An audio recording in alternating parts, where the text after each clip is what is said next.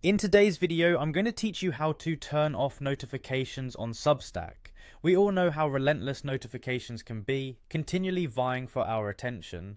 Whether you're trying to minimize distractions or just want to streamline what comes through, let's delve into how you can easily control these settings on Substack. First, begin by heading over to substack.com.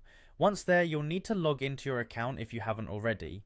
Make sure to have your email and password handy, as you'll need these to gain access. After logging in, you'll find yourself on the main dashboard of your Substack account. Moving forward, direct your attention to the top right corner of the screen. Here you'll see your profile picture. Give it a click. This will open up a drop-down menu full of options pertinent to your account.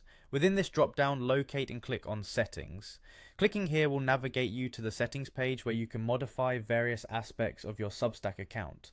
Now scroll down the settings page and keep an eye out for the notifications section.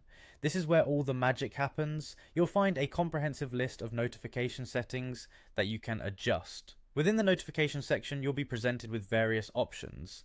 To stop specific notifications, click on any category that you'd like to modify. For the sake of this guide, let's focus on engagement notifications.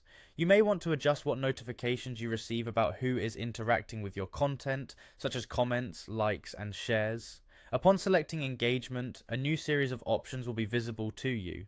To gain finer control over these notifications, you'll want to uncheck the boxes next to types of interactions you no longer wish to receive notifications for, like replies, likes, mentions, and restacks. Each checkbox represents a different type of interaction notification, and unchecking them will help reduce the number of unwanted updates.